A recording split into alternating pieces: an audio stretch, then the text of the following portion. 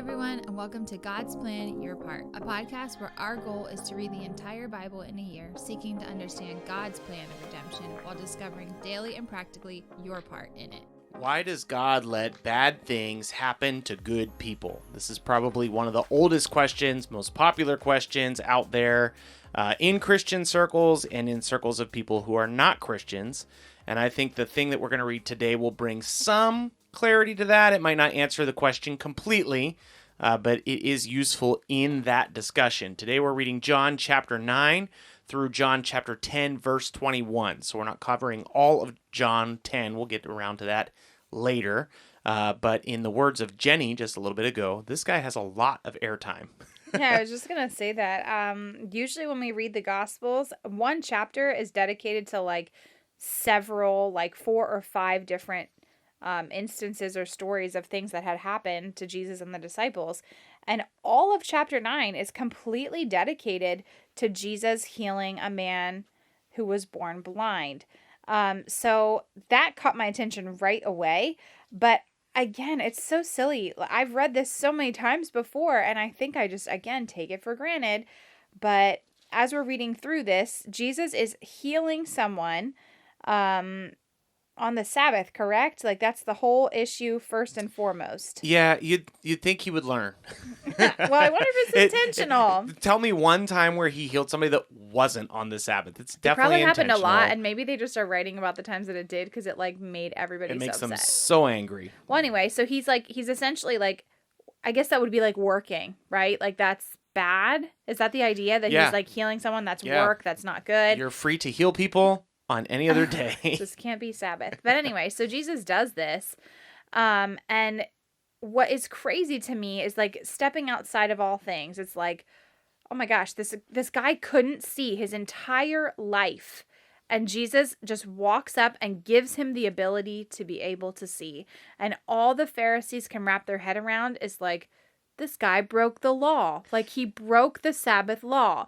Okay, that is the thing that they're pointing out the most. I think there's obviously a lot of stuff underneath the surface that's really making them angry. I think when you teach these stories one at a time, as standalone lessons, it's why were they so mad that he was healing on the Sabbath? But when he's also calling himself God, too. Yeah, that's true. They're not happy about that. When you stack them, though, chronologically, it's okay, we get it. They're just out to get him. Yeah. And this is a great way to do it. That you'll remember yesterday, we ended by him saying just plainly, before Abraham was, I am. And they picked up stones to try to murder him on the spot. But here's the thing, too. If you think about any conflict story ever, if there's a conflict between two people and there's one issue, right? It's yeah, that person's really annoying. I think it can start out really base level like that. Oh yeah, that guy's super annoying.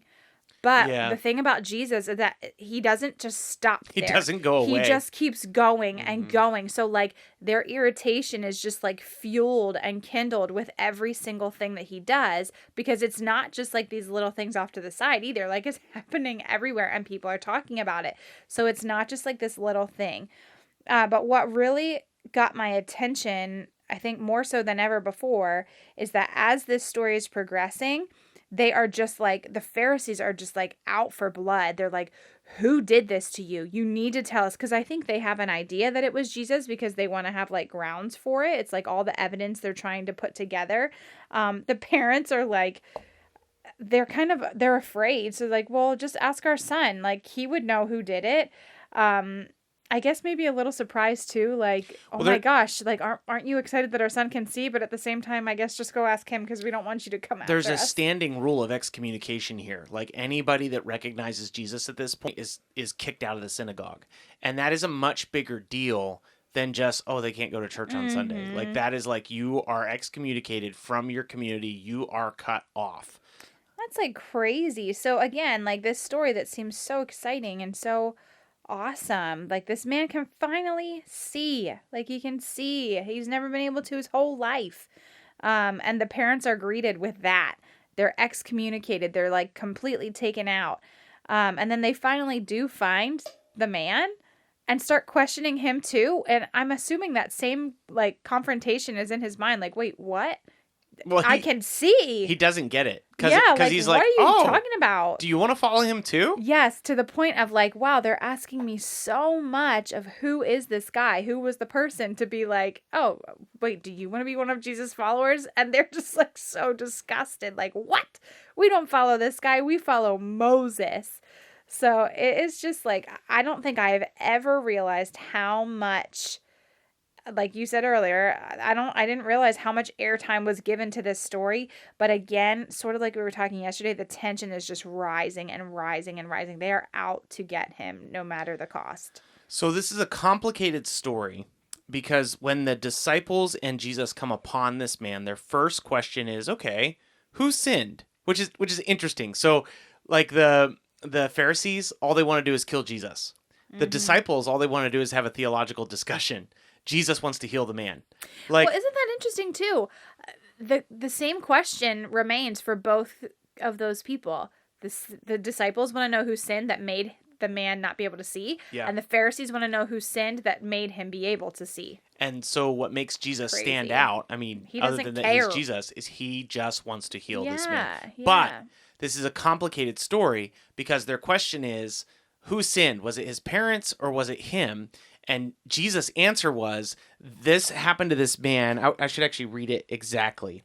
This is verse 2. It was not this man who sinned or his parents, but that the works of God might be displayed in him. It's kind of a gross answer, actually, because it implies that this suffering, this blindness, was put in place so that Jesus would be glorified through this healing. So it sort of causes, I think, both camps, the one camp being like, Jesus wants to heal always, and then the other camp, like, Jesus is done healing. He doesn't exist just to heal people. It kind of puts you, like, both on your toes, because the problem here is not that this man should be restored, physically, at all. The problem here is that Jesus' glory should be shown, and God should be glorified because of the works that happen in the man. Does that make sense? Yeah, and I think that is like probably a hard pill to swallow, especially in our day today, because there's a lot of people who are like, you know, and I've heard it before too. I've also experienced pretty crazy stuff in my own life, like health issues. When I was really young, I was in the hospital for 2 weeks. I definitely wasn't supposed to even live. It was like a really bad reaction to like an experimental drug, and it was really terrible. But then I remember there were a lot of people like praying that I would come out of this sickness, and like, glory to God, I did. But that doesn't always happen. And that's not always the case. And I think that's, like I was just saying, like, that's a hard pill to swallow sometimes, because the expectation is that, like, yes, we want God to heal, but sometimes he doesn't always. And sometimes that is to the glory of God, whether you're healed or not. Because the life that you choose to live, whether you're healed or if you're not healed, should also be a reflection of, like, I'm going to choose God no matter what. And if you are, like, again, glory to God that he has, like, healed you from said thing. So is it possible from this story that difficult things don't necessarily, like, the fact that something difficult has happened to you, perhaps it doesn't matter as much as we like to think. Mm-hmm. And perhaps what's most important is that God is glorified and his kingdom is built. So there are people who saw this blind man who received his sight, and they came to know Jesus and follow Jesus.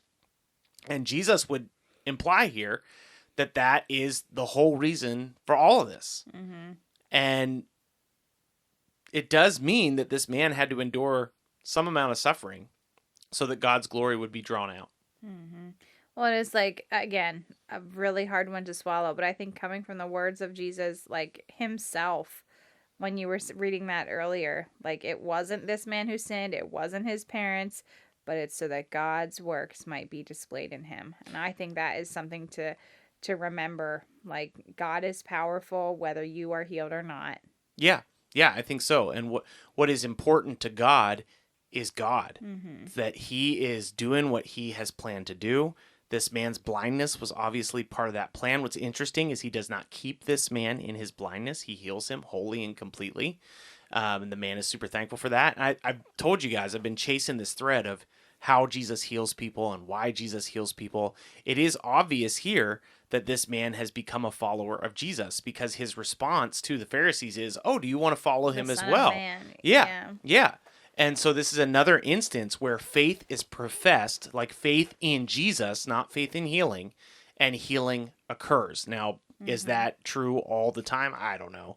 But that is something I'm paying attention personally as we read over these stories. And so this is a unique story. I think it's probably an answer that leaves us a little bit uncomfortable. Maybe you feel a little bit odd about it. I certainly do. But it is what the text teaches. And when I think back over my life, just like you shared, Jenny, I can think of very difficult things that have happened in my life. And at the time, if somebody would have come to me and said, this is so that Jesus will be glorified, I'd be like, shut up and get out of here. But many years removed, I can actually see like, wow, people came to know Jesus through that. And what happened was not good. What happened was a symptom of living in a sinful world. But those people knew Jesus, and now these people know Jesus. And what's important is that God's kingdom is being built. So we live in a sinful world. Bad things do indeed happen to good people. Bad things happen to bad people. And what God exists for seems to be God's glory.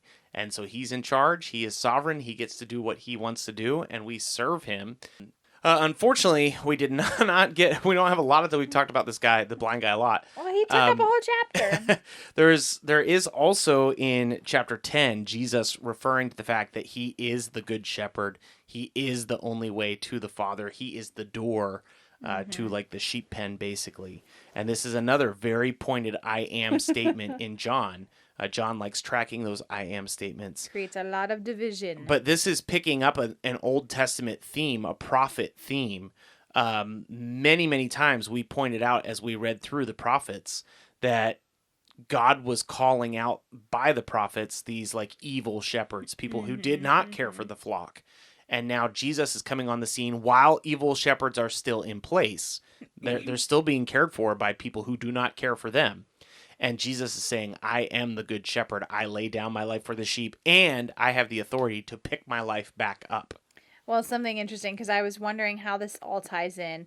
At the very end of this little part of him talking about being that good shepherd, it does say people are really confused about who this is. Some people are, again, calling him insane, that he has a demon. And then there are others who say, these can't be the words of a demon, because a demon can't open the eyes of a blind man. So it all kind of like ties into that last final little verse. Like Jesus is who he says he is, so much so that like he's the only person that can just come around here and just start healing people who are blind. It's crazy. So a good part for today, always read it for yourself. I told you, like I'm wrestling through my own kind of stuff. I'm trying to chase this idea of healing and miracles and what happens. I think this one could be a tough one to wrestle with personally. Like if especially if you're somebody that's going through difficult things, or especially if you feel like God hasn't come through the way that you would like him to come through. I encourage you actually, for your part, sit down with John 9 and figure out what you can figure out from John 9. Ask the Lord to reveal to you what Jesus is teaching here and how that affects your situation. And actually like take some time to press into that and hear from God in that. So your part is not as pointed as some are, maybe, I don't know. But just take some time to sit in this John chapter 9 and see what the Lord has for you. Because I think that God will speak to you through it. And I think that it is a good thing to wrestle with, because I certainly, I don't feel super comfortable with it. Like, yeah, bad things happen. So what? God gets glory. That seems weird. So yeah, that's your part for today.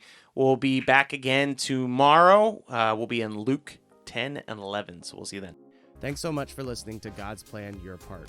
If anything stuck out to you, if you have any questions, or if you'd like to receive a Bible, you can email us at godsplanyourpart@gmail.com. Also, if you're enjoying the podcast, please consider supporting us through the link in our description. We love that you're on this journey with us, and we hope you have a great day. See you tomorrow.